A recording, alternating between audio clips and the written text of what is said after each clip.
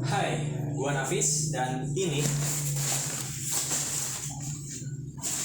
Nature Hike Cycling One Person. Tenda yang bisa jadi pilihan buat lu yang lagi nyari tenda kapasitas satu orang. Tenda ini cocok buat lu yang pengen solo camping, solo hiking. Ya intinya lu pengen sendirian lah dalam tenda. Atau misalnya lu gak mau ngasih ruang buat orang lain gitu di tenda lu. Gue sendiri beli tenda ini dengan alasan karena gue udah muak gitu, udah males sama teman-teman gue yang kalau di dalam tenda tuh suka asal kentut-kentut aja gitu. Dan ya tau lah bau aromanya kayak gimana. Akhirnya gue mutusin buat beli tenda ini.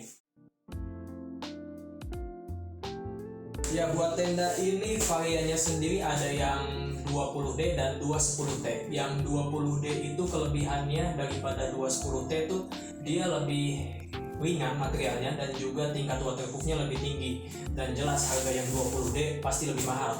Sedangkan yang bakal kita review kali ini, yang gua review ini yang pasti yang harganya lebih murah, yang 210T. Di dalam paket penjualannya kita bakalan dapetin yang pertama ini ada footprint buat jadi alas tendanya. Terus ada wadah atau sek tendanya yang gua heran ini kenapa namanya Spider 1 ya. Padahal di tokonya dikasih nama Cycling 1.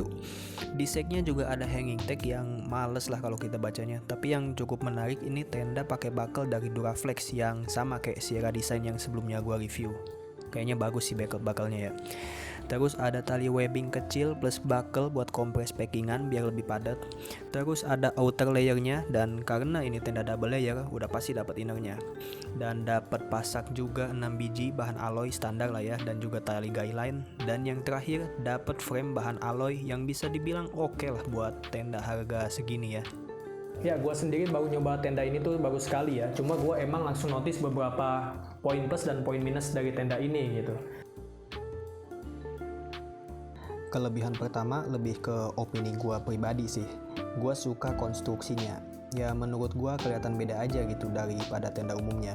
Dan bentuk frame yang integrated gini juga memudahkan kita pas setup tendanya. Jadi gak ribet. Yang kedua, tenda ini cukup luas buat kapasitas satu orang. Ruang yang tersisa cukup buat ransel atau carrier atau yang lainnya. Terasnya juga termasuk luas buat menaruh sepatu, kompor, atau apapun itu. Dipakai masak juga cukup lah kalau misal kita pengen masak tapi kondisi di luar lagi hujan, insya Allah aman. Udah itu jarak antara outer dan innernya cukup jauh. Terus inner yang nyaris full mesh, ini juga bisa meminimalisir kondensasi. Buat kekurangannya, yang pertama bagian outer di samping pintunya ini gak dikasih tambahan loop buat pasak. Kan ini jadi nempel nih antara inner sama outernya. Nah ini rawan kondensasi, atau yang parahnya kalau misal hujan bisa-bisa kebasahan di bagian dalam tenda.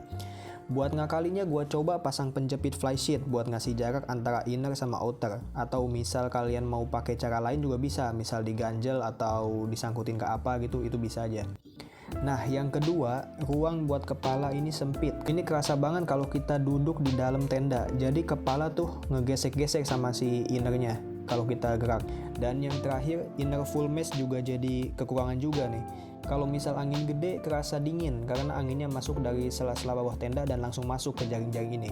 Nah buat ngatasinnya kita cukup perhatiin aja layering sama sleeping systemnya. Ya buat harganya sendiri si tenda Nature Hike ini buat yang varian 210T gue kemarin beli tuh harganya sekitar 870.000.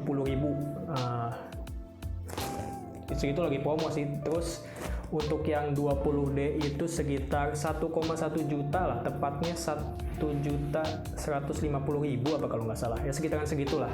Ya anggap aja 1,2 lah ya. Kalau ditanya worth it atau enggak, gua rasa sih buat harga 800-an ya. Gua rasa ini materialnya nggak bisa dibilang murah. Nggak kelihatan murahan juga. Dan jahitannya pada paten. Gua perhatiin seal-sealnya juga. Dan buckle bahannya juga pada bagus-bagus. Ya termasuk worth it lah. Soalnya kan kalau kita perhatiin tenda-tenda lokalan juga yang udah pernah gua coba ya, yang harganya udah nyentuh-nyentuh kapasitas 2 sih, nyentuh-nyentuh 700 itu ya bahannya ya gitu-gitu aja. Oh iya, dan kalau misalnya lu nyari tenda ini di marketplace kayak di Tokopedia, Shopee atau yang lainnya, itu tuh di deskripsinya atau di keywordnya tuh bakalan muncul tenda ultralight ini nih. Dan kalau lu nanya emang bener ini ultralight, ya menurut gue sih ini bukan termasuk kategori tenda ultralight ya. Soalnya kan ultralight ngejar base weight gitu. Biasanya orang-orang UL tuh pada pakainya tuh shelternya tuh tartan kan, yang beratnya tuh di bawah 1 kilo gitu, bahkan ada yang sampai 600 gram. Sedangkan si tenda ini tuh bobotnya nyampe 1,8 kilo termasuk footprintnya. Dan gua rasa ya nggak bisa dibilang ultralight lah.